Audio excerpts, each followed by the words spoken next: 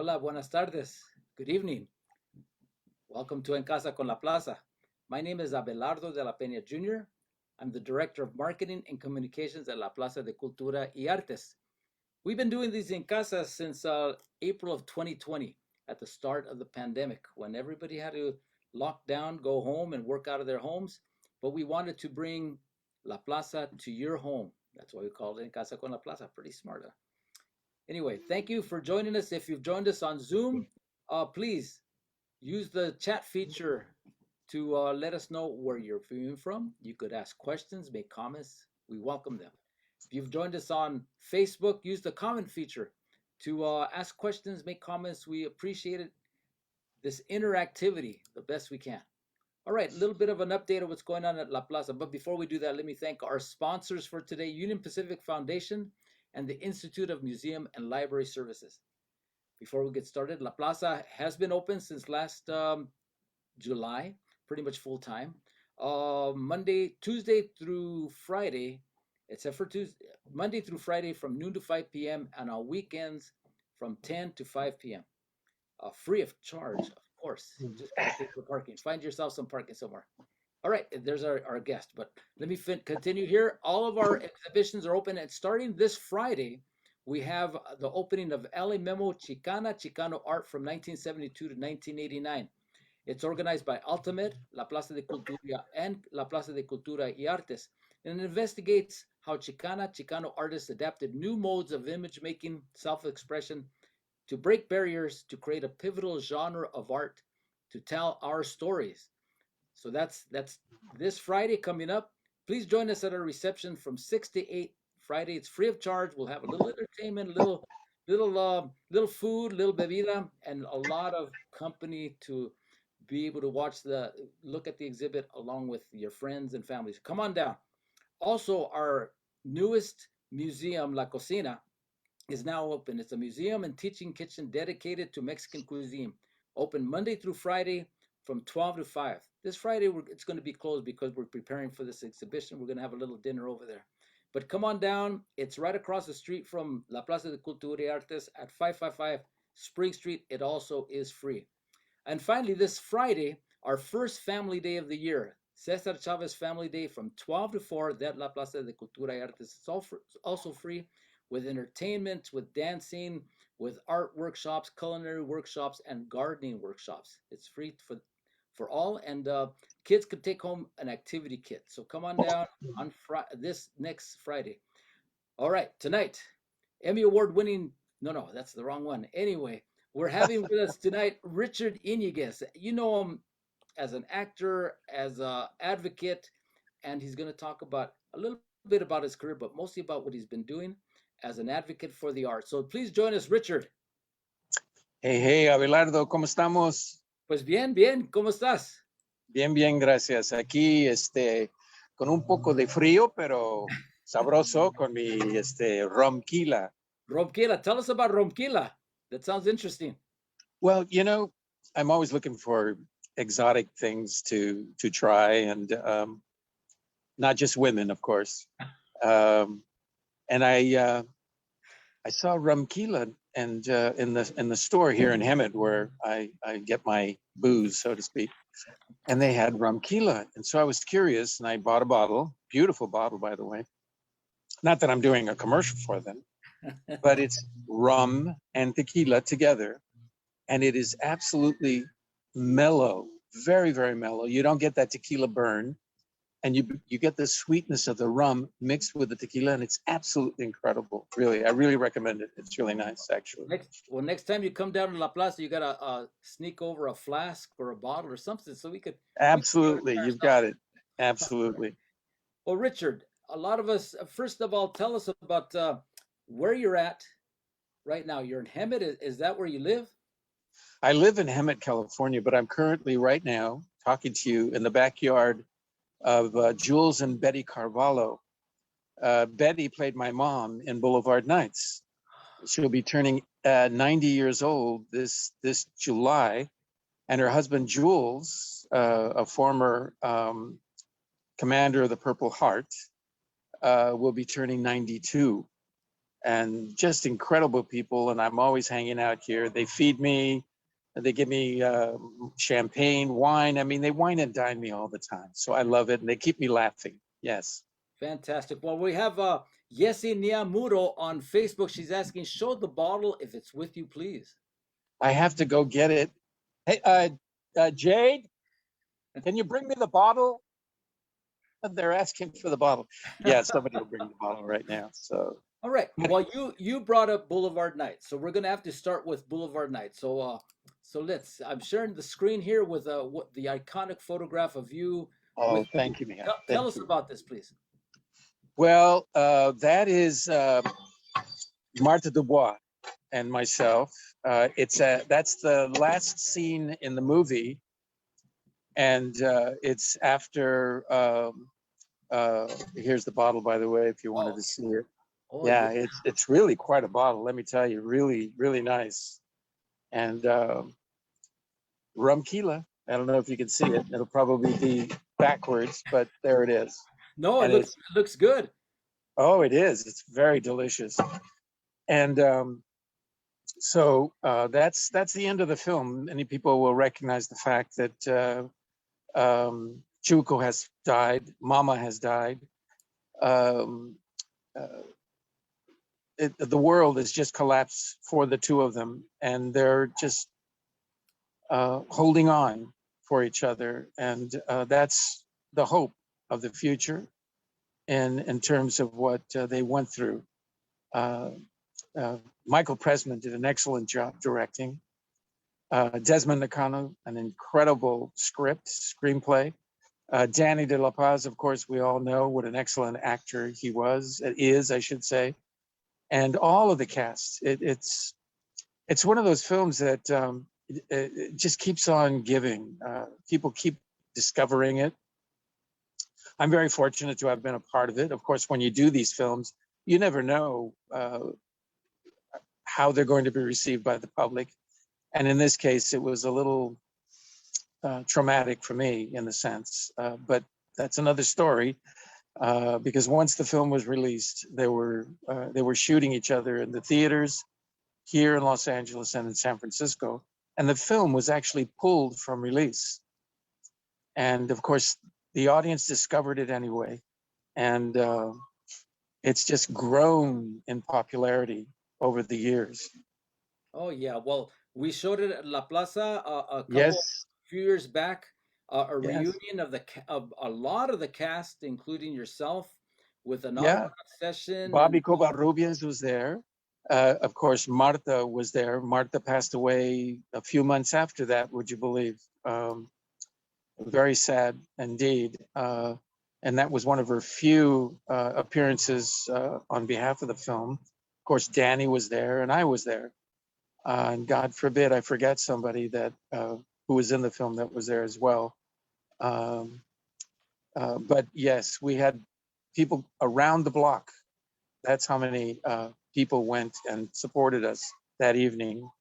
Oh, and there was Bobby Rodriguez, the trumpet player and composer and band leader who actually played on the soundtrack.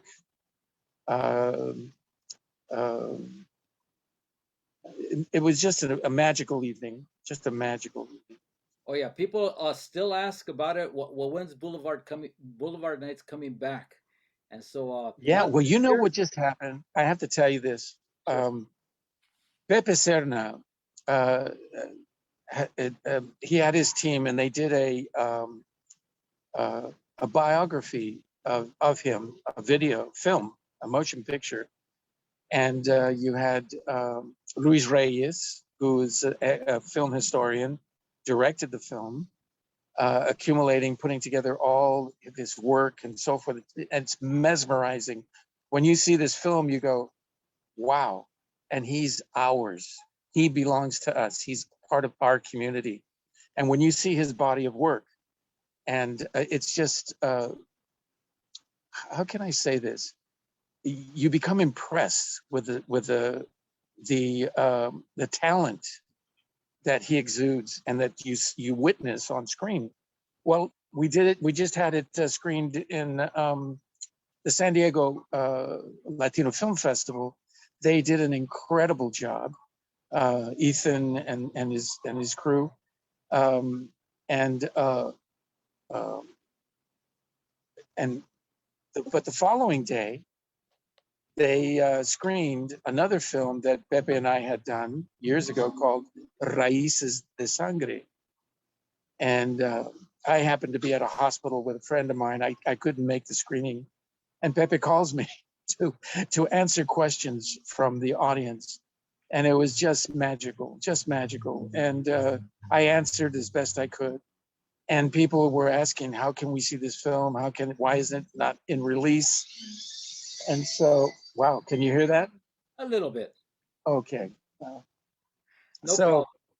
so Raíces de Sangre is one of those films that also is iconic in itself, that really hasn't been given its due. A film by Jesus Trevino. Jesus Salvador Trevino. I worked with Jesus several times as director. And, when we stop to think about where art comes from, it never existed until the artist creates it. Mm-hmm. And we don't realize that. And Jesus, of course, his research and the power of his magical words created this film. He produced it along with other Mexican producers because it's a Mexican production. And Pepe, myself, Roxana Bonilla Giannini, who at the time was my wife, Pepe Serna, of course, Isaac Ruiz, a wonderful friend of ours, of course, from Chico and the Man, Yolanda Betancourt, an incredible actress. I just hope I don't forget somebody, but yeah, it's something that you should put there. We should screen at the Plaza. Thank you for that suggestion. Yes, we had Pepe Serna was the guest with Dan Guerrero a few weeks back here on Yes. So you'll have to check it out on our YouTube page at La Plaza LA. I will. Yes, I wasn't. Eclectic interview, and also Jesus Trevino was a guest on that show, just talking about the documentary that Pepe, that's on the life of Pepe Serna, as well as they talked a little bit about his film as well. So yeah, we will definitely look into it for a future screening here at La Plaza de Cultura y Artes. Well, you have iconic filmmakers that work with him on that. Isaac Argenstein, who goes way back as far as a filmmaker, and very much part of our community, lives in San Diego. Kevin Derrick, another incredible filmmaker, pulling it together. And of course, I don't want to say kingpin, but one of the most instrumental individuals in that is David Damian Figueroa as executive producer. So yeah, it's a bunch of heavyweights pulling together for our friend Pepe, and it's something not to be missed. All right. Well, thank you for that, and we hope to bring it down. I heard it was really outstanding there at the San Diego Latino Film Festival, which is still going on. I think this still going on. Yes. Right. I was hoping to go down this weekend, but I can't. I'm doing a car show on Sunday in Long Beach from 4 to 9, I think it is. I don't have all the details in front of me because I just got the call today. But I'm just going there to visit and saying hello to people. And la raza, pues, Yeah. All right. Well, let's talk about a couple other. Let me just share screen here. I hope you can see it. Tell us a little bit about this role. Well, that was a series I did with Pat Morita called O'Hara. And I played a detective, Jesse Guerrero, or Guerrera. They don't know how to write these names. And I had a blast with Pat. Pat was the most incredible performer to work with. He made you laugh on and off screen. If it was your close-up, you had to be careful because he's going to try and make you crack up. And in many cases, he did. but Pat was instrumental in just bringing our community together and helping performers. And he was a mentor to me. I not only enjoyed working with him, but his mentorship meant a lot to me. And I'm just sorry he's not here with us anymore. Well, Pat, of course, most well known for Karate Kid. Yes, Mr. Miyagi, of course. Yeah. Now, what you see is this light keeps going on and on. Yeah. Jules has cats, and they run by, and there's a light there that goes on when anything excites it. I'm probably going to be in the dark pretty soon because it's getting dark out here, and there's no other lights out here. I'm sorry. Right. Well, the light is shining from you, Richard. Yeah. Well, thank you. And Thank you. how about this role right here? You from police to priest. Well, you know, this is an interesting thing. I was a young actor starting out, and there was a series that Rod Serling did called Night Gallery, and I played a priest. And the episode you can watch on YouTube called The Miracle at Camafeo. The Miracle at Camafeo. I know, Camafeo. Isn't that weird? If they only knew what they were writing. Ugly bed. Yes, the ugly bed. And I had a great time working with some very, very, at the time, popular actors, Harry Gordino. I'm trying to remember the others that were just so wonderful. I can't. Listen, I'm my age is telling at this point, and I won't tell you how old I am. But it after so many years, that was done in 1972, maybe 71, 72. So that's a long time. Yeah. Yeah, Night Gallery was, of course, one of after Twilight Zone. He did. Yes, Rod Serling. Yes. Yes. All right. Yeah. Well, as you've continued acting since, but yes, around a few years after your career started, you decided to take another undertaking with this organization. Why don't you tell us about it? Yes. Well, you know what's interesting? Ricardo Montalban approached me. I was doing a series called Canción de la Raza for PBS. That was in 1968. That's when I started. But before that, they had come together. I was. This is going to be weird, but I was going to East Los Angeles College, studying business administration because I wanted to take care of my money, of course. And the priest, because I was working in a mortuary, I was living in the mortuary and working in the mortuary, which was Pierce Brothers Simone Mortuary on North Broadway. It's called something else now. And I mentioned to him I wanted to start a theater group. And of course, I knew nothing about acting, knew nothing about theater, but it's something I felt I wanted to do, interestingly enough. And he said, well, why don't you come and talk to my theater group? My not theater group, but his, he had a group of community members, young people, and it was in a pizza parlor right around the corner. So I went, took my guitar, sang a song and so forth. And then I asked them about starting a theater group where we can, help the community in that sense. And they said no, of course.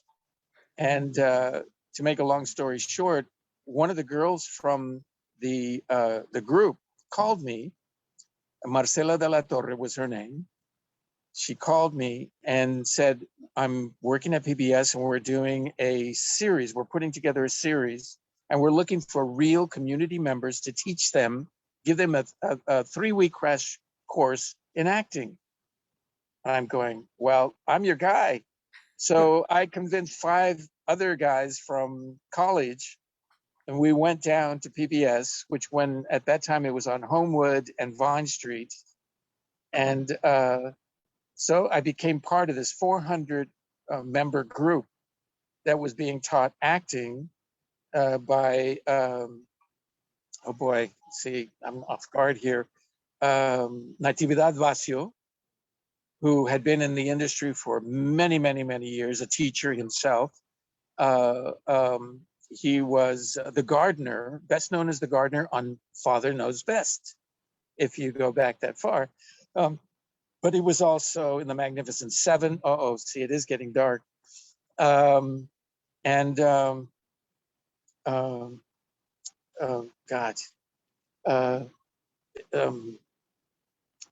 His real name was Joe Brown, but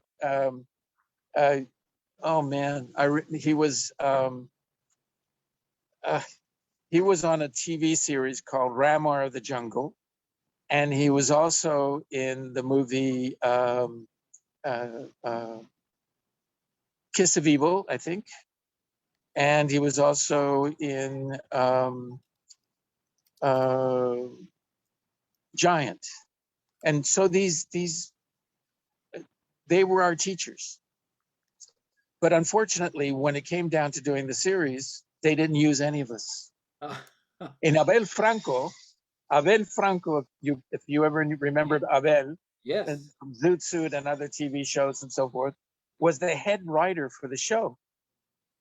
And years later, he tells me, well, anyway, before that, after the group was let go, I didn't want the group to die. And I created the Mexican American Theater Workshop, the first of its kind in Los Angeles.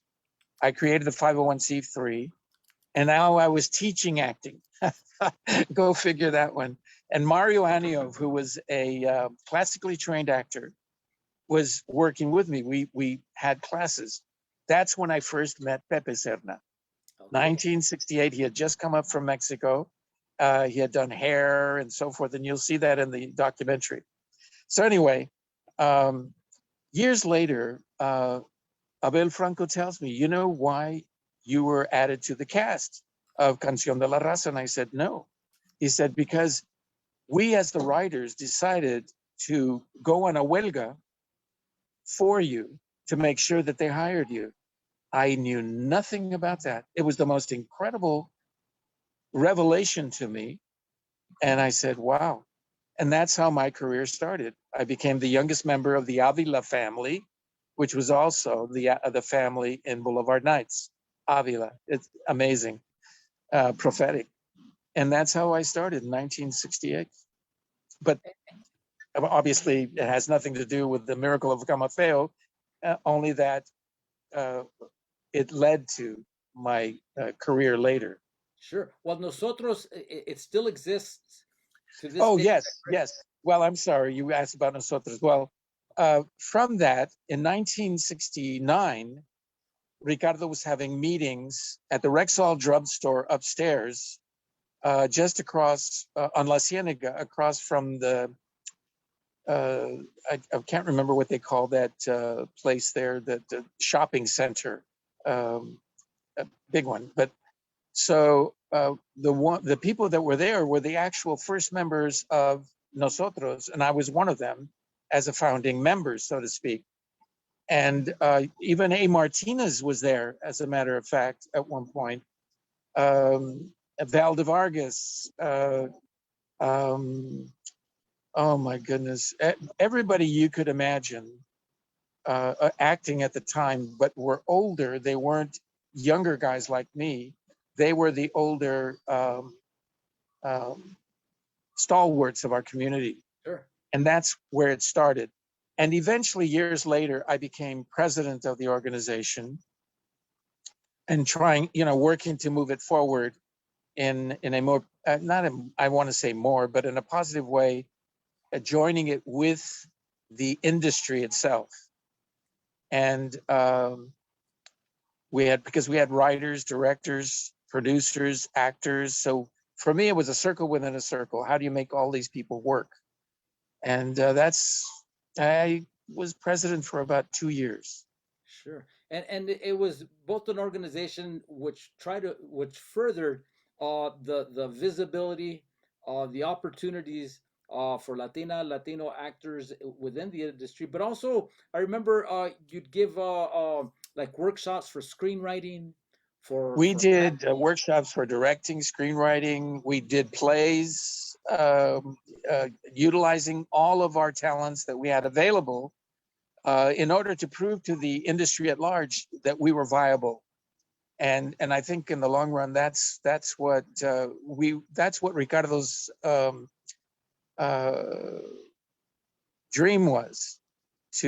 We didn't want to depend on the industry itself to give us work just because we're fighting for it, but to prove that we were actually viable in terms of our talents. And it was a great opportunity. And of course, they were raising money by doing the Hollywood Bowl, where you had so many wonderful talents involved. Something happened here, it went dark. I don't know, it's telling me something. Hold on. I hope it's not the battery that's going. Oh no, there's a whole bunch of people here. I can't see very well. Let me see. We could hear you. That as long as we could hear you, you're fine. Yeah. Uh-oh, Oops. Wait a minute. There you go. Okay. Well, you can hear me, but Yes, you can. the lights are not helping me. So something happened. Once the cats go by the lights, you'll come on again. Yeah. Or even I can do this. No, it didn't work. Oh well. So NOSOTROS was probably the best opportunity we had to support our community at large. And so many wonderful actors came out of that organization, and it's still viable. It's still there. And I think the last time they had an awards event, I was there. I was kindly invited. And we need to come together constantly in order to support one another. I created, along with Maria Luna, Maria Richwine, the Latino Theater Club on Facebook, which allows, it's a place for all actors, writers, directors, painters, sculptors, anybody in the arts of the family to come together and support one another. We at one time had an opportunity always to go to theater productions. If somebody had a production going, we would go and buy tickets and be a part of that. If we haven't done it lately, I hope we can do it again because we're out there supporting our own. Sure. But as you say, you continue to support your own. You continue to advocate for artists within this industry, and including doing things like this. Getting going on well, Lydia Nicole is a treasure for our community. She's when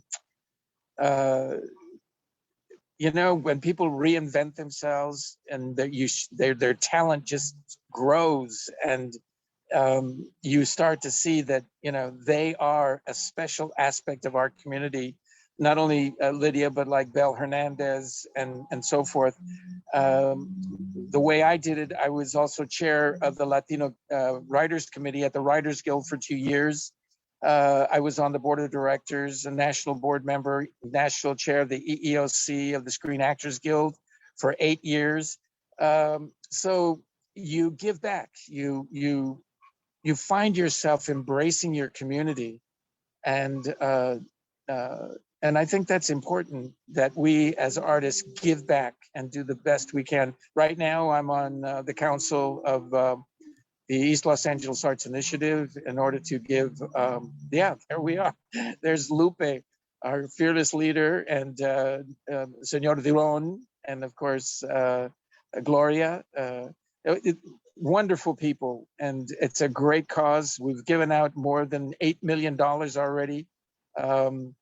In the time that, no, not 8, we've given out $1 million, I'm sorry. We're in right now, we're accepting proposals.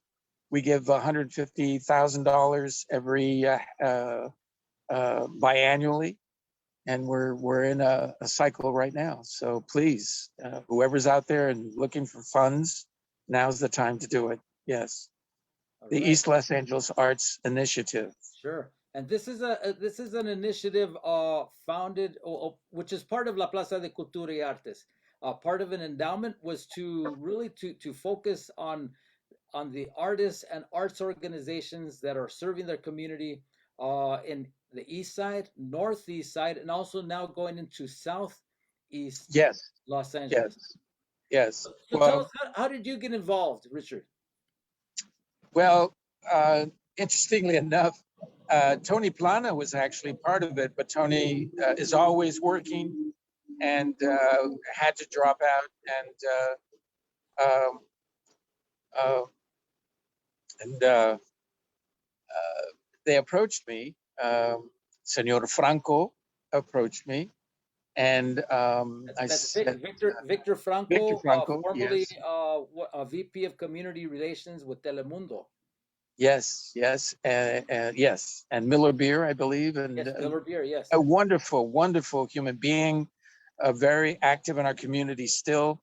Um, Probably one of the handsomest guys you could ever meet with that wonderful silver fox hair he has, but very sharp, very much involved in our community. Armando Duran, of course, an art aficionado, knows everybody in the arts. I mean, our committee is just incredible. And Lupe Ariola, I love to bits. She's just a wonderful chair. Giovanna, I mean, it just goes on and on. And they called me, and I said, sure, I'd love to participate. And I've been there ever since. I can't remember how many years now, but maybe five, I think, 5, 6, something like that. Oh, I lost your, I can't hear you. Here I am. Okay. Oh, Yeah. So Eastside Arts Initiative, about once or twice a year, they put out a call for proposals.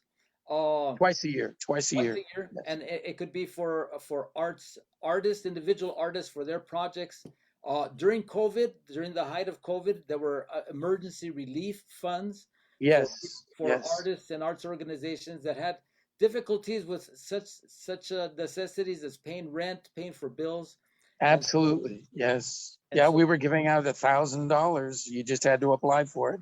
right. And they did. And And right now, as I said, we are in a cycle. So we're hoping people will, for those in need and looking to get their projects off the ground, go to the site and uh, fill out their applications. And of course, they can always send an email and if they have questions and so forth. sure, I'm posting the the link on Facebook and also on Zoom. So please, if you're an artist or an arts organization, you don't have much time. It's till the end of the month. But give us a little bit of insight of how the selections are made. You know, what kind of criteria are you looking at when you're looking at these? I mean, you get a lot of proposals, and a lot of Yes, them are pretty yes. compelling. So how is it that you make these decisions? Well, it's yeah. I know. Thanks, Jade. Well, you know what happens. It's also part of how it's going to benefit the community, the innovative aspect of what it is they're bringing to the community, uh, um, and uh, and of course how they approach what areas of the community are they actually approaching, and we look at the proposal and we see the sincerity of the applicant, and you know, I'm going to be honest, not everybody gets selected because we do get an enormous amount of proposals, and but I don't want to discourage anybody because at moments there are times when we'll divide a certain amount of monies that goes to certain applicants, because you're right, their proposals are very compelling and they're necessary for the growth of our community, and stories that are original that need to be told. Oh, most definitely. And you know, amongst the artists that have gone on to receive these awards, I know that the I know let's see, individual artists, arts organizations. Uh, Yes, I yes, we've done opera. We've had the first Chicano opera performances there at Plaza, by the way, that we funded. El Circo Anahuac, an Aztec opera. Anahuac, Yeah, with Circo Anahuac. yes, Yes. Maria Elena Yepes Yepes. and David. You know what? I'm gonna take you with me. I'm gonna move where the light is, so all right. That way, I'll make sure that you'll be able to see me, because this is not helping me at this point. No, I'll just. Yeah. Oh, that's too bright now. Sure. The most recent grant recipients include Enrique Castillo. Yes, Kiki. Yes, she's doing an amazing project that you'll all be seeing really pretty soon. Sure. Called Ugly Little Monkeys. Yes. Jesus Martinez, who has been a guest on In Casa with his the Breakfast Table, which is a series of live Jesus, incredible talent. If you've seen it, and if you've not, look on YouTube, because Martinez, what's his company called? Oh boy, I forget already. It's Decibel Studios. Yes, Decibel Studios. You can go on YouTube and just see wonderful performances by artists from our community. It's just incredible. Sure, and he's been a guest on In Casa con la Plaza. Fanny Veliz, a film director and actor. Fanny, yes. Fanny Grande now. Grande. Yes. Yes, she's married now. And in fact, she was just posting, she's in Texas at a major festival there. Sure. And just met the producer, female producer. Oh wow, híjole, who has tremendous credits and so forth. So their star is rising, and that's what we want. We want to see people get ahead, because what does that mean? That means they're going to share their success with us, and I think that's important, that we share with each other. When we move forward, we take the family with us. Exactly. And thank you so much for participating in the council of the Eastside Arts Initiative. Thank you. And please, artists, arts organizations, go online. You have 14 days to put in your application, and it's well worth it. Even if you don't qualify this year, you got to try again. But who knows? Absolutely. Never be discouraged. Never be discouraged. And speaking of artists, Richard, I know you've started dabbling. I don't know if you've done this for a while, but I've been seeing on your Facebook these remarkable photographs. Oh yes. Well, I'm also a photographer. I can claim that.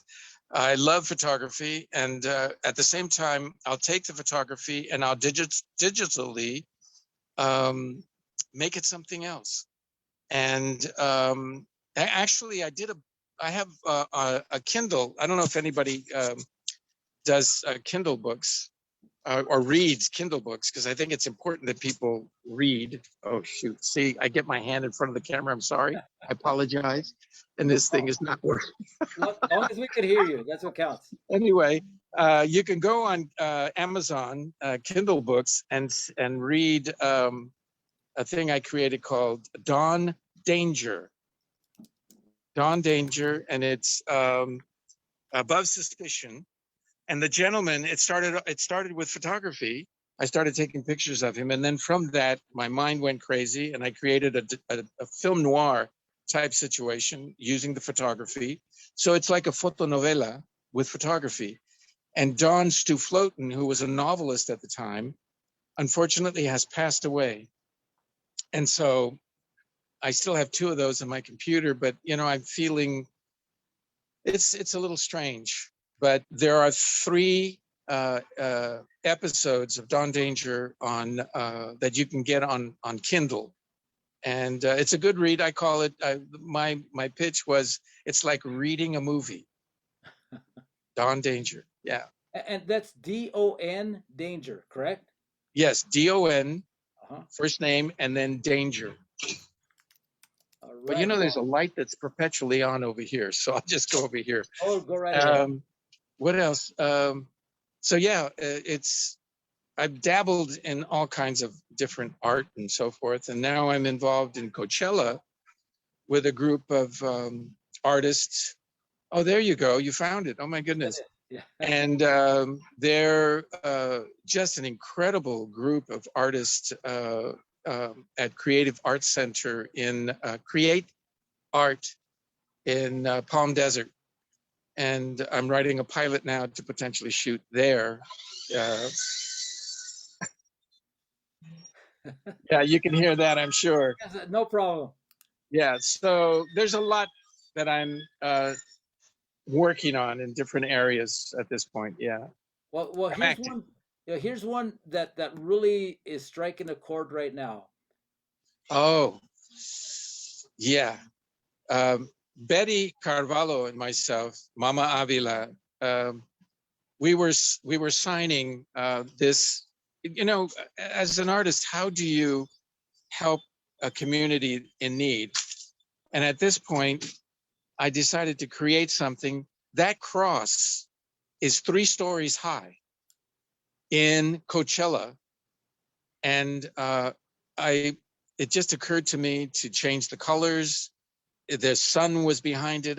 Obviously, I did that all on purpose because that's part of photography. You have the eye. And what it says in Ukrainian up there, we are family.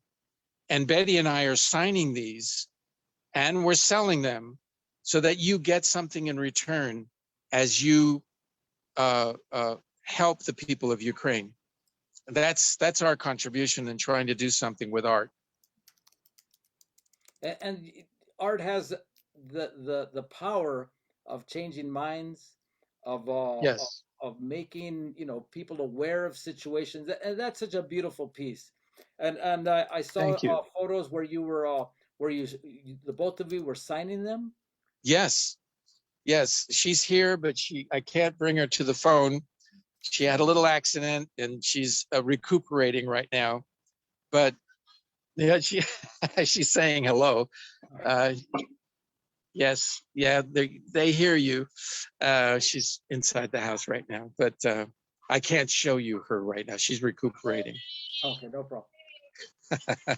But this was our way of going to Division 9 Gallery in Riverside with our friend Cosme, who is the director of the gallery. He gave us the opportunity to go there and just for the community to come by and sign, and we did that. And we were going to go to other venues. Unfortunately, Betty had a mishap, and so we're waiting for her to recuperate to do. I think I'm going to take some of those posters with me to the on Sunday to the car show, and hopefully get our community to purchase some of those. That's a good idea. I've seen here. I'm just cruising the internet. It's the Lowrider Show. It's the Lowrider Los Angeles Super Show, Sunday from 1 to 8 at Long Beach Convention and Entertainment Center. Yes, exactly. Thank you for that. Yeah, because I oh geez. Yes. I have not even seen it yet. They just sent it to me. Oh, come on. Yeah. They just sent it to me. So my friend Carlos from the Dukes and his wife Shavola, and they're going to be there. They're from Sacramento at this point, and but the Dukes have been very instrumental and very prominent in my life as.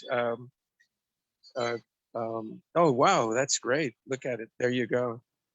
And I must tell you about something else I was participating in, and that's from Martin Torres, director, writer, producer of a lowrider documentary that we just screened in Arizona just last month, actually, which you can find on my page, actually. Okay. And tell us what's your page, Richard? It's Richard Yniquez. I guess it's just Richard Yniquez, actually, on Facebook. Yeah. Okay, and then there's Richard Yniquez 2, because I have 5,000 people on one, so I had to do another page, which is just Richard Yniquez 2. Yniquez with a Y, Yniquez. Sure. All right. And so this is because we have a comment here from let's see, every Caballero, he says, great job in the lowrider documentary. Oh, well, there you go. Yeah, thank you. Thank you. Yeah, it's a marvelous and incredible documentary that brings out history that I did not know. And I think many of you will not have any knowledge of that he researched and brought out. It is really mind blowing, and the revelations are incredible, and something worth seeing, let me tell you. Um, uh, And do you know what's the title of the documentary? I knew you were going to ask me. I think it's The Art of Low Riding. I'm not sure. That's why I was hoping you'd go to the page, because it should be there. I've been looking. Yeah, you know, at my age, I keep forgetting sometimes, even if you tell me yesterday, you know. But you can go to my page. I also have an Instagram page, which is Richard Yniquez Carrillo. My mom's last name was Carrillo, and double R, double L, and so I'm learning Instagram. It's not the easiest one to deal with. So No, I'm trying. but you're still learning, and that's the beauty of you and your career, is that, you know, of course you continue acting, but you've branched off into organizing, advocating, art. So what's next for Richard Yniquez? Well, I'm learning editing now. I bought myself a 6K Pro Blackmagic camera. And so I'm dealing with DaVinci Resolve, which is a whole new editing software. And I think it's time to, you know, put that kind of stuff together, because I want to shoot my own stuff. It's important, I think, for us to get out there and start creating our stories. Yeah. Well, anyway. So I think that's important, that we actually tell stories that are pertinent to our community, because we don't have enough stories out there that are about us who live here in the United States, who happen to be of Hispanic heritage. And I'm not just talking about Chicanos, Puerto Ricans, Cubans, Nicaraguenses, you name it. You know, I think that's the most important thing, is that we tell our stories, and the fact that we were born here, we have a different set of realities that we're dealing with. And I think that's important. So that's what I'm doing next, you know. Incredible. No, well, here I'm going to share a screen shot with the it's called the Great American Lowrider Tradition. Oh, there you go. Yeah, that's was, Martin Torres, a wonderful. Remember that name, Martin Torres. He's a wonderful filmmaker, an incredibly intelligent young man, and his whole family. And I'm very proud to have been a part of that wonderful documentary, which should be hopefully coming to a theater near you, or a festival near you. All right. Please take the time to go see it. It's really about all of us. And this documentary, you know, it may be Pepe that they're talking about and they're doing, but it's also me, because Pepe's life is no different than mine, in that where we come from, how we got to where we're at, and what we expect of the future, and what we're doing to help our community. That's where we are very similar, and I think all of us are similar in a way. Now, well, we appreciate all the work that you've done, and just to read off some comments here on Facebook, we have Veronica Lozano Ruiz Carrillo. Oh, my phone is dying. Okay. I can't hear it. Okay. Well, maybe Richard's gone away. I think his phone died, but thank you so much, Richard, for joining us tonight on En Casa con la Plaza. Gary Ricos, thank you for joining us on Facebook. Every Caballero, thanks for the tip on the Great American Lowrider Tradition. Let's see, Chispa Hills, Holly and Lynn Purser is asking where we could order posters. We'll find out for you, Holly Lynn. Thank you so much for joining us on En Casa con la Plaza. Sorry that Richard had a little bit of technical difficulty in the beginning and his battery died. That happens on occasion with a lot of us. Yes, yeah, Muro. Yeah, we'll see if we could hook up your nephew Isaac Arteaga to get familiar with the group Nosotros. All right. Well, uh, glad you made it here on En Casa con la Plaza on a Wednesday, a beautiful Wednesday evening. Uh, Talking with Richard Yniquez, actor, advocate, now editor, keeping active like we all should. Um, Coming up on En Casa next week, of course, we have our cooking demonstration with David Salcedo on Monday. That's Monday at 3 o'clock with Jimena Martin. That's and then on Wednesday we have Juanita Palacios, who will be with us from the Afro Latino Association, talking about her organization. And then on Friday, next Friday, we have the return of Dan Guerrero with Danny Bolero, a series, something Dan Guerrero has been wanting to do for a long time, is to speak to Latinos who are on Broadway. They're in New York City. If you know a little bit about Dan, you know that he's got his roots on Broadway as first an actor, then as an agent, but he keeps in touch with everything that's going on Broadway. So he'll be talking to Danny Bolero, who was in the Heights, and now he's has a great role in Plaza Suite with Sarah Jessica Parker and with Matthew Broderick. So he'll be on next Monday on En Casa con la Plaza. With that, thank you so much. We appreciate you coming and joining us. If you can make it this Friday, please come in and be one of the first to check out our newest exhibition, LA Memo, Chicano artists from 1972 to 1989. We had a sneak peek today. We had some TV stations there. Telemundo was there. ABC7 was there. MeToo.com was there. So we want you to be there 6 to 8. But if you can't make it, please come on down anytime during the week, except on Tuesdays when we're closed. And as always, we are free of charge. And on Sunday, our family day. If you have kids in the family, bring them over on Sunday between 12 and 4 there at La Plaza de Cultura y Artes. And go across the street to Olvera Street, have a little something there at La Luz del Día, La Nochebuena, lo que sea. Pues con eso, muy buenas noches. Thanks to our sponsors, Union Pacific Foundation, Institute for Museum and Library Services, and to my team members there at La Plaza de Cultura y Artes. Thanks for putting up with me for all these years, and we'll see you soon. Bye-bye. Muchas gracias.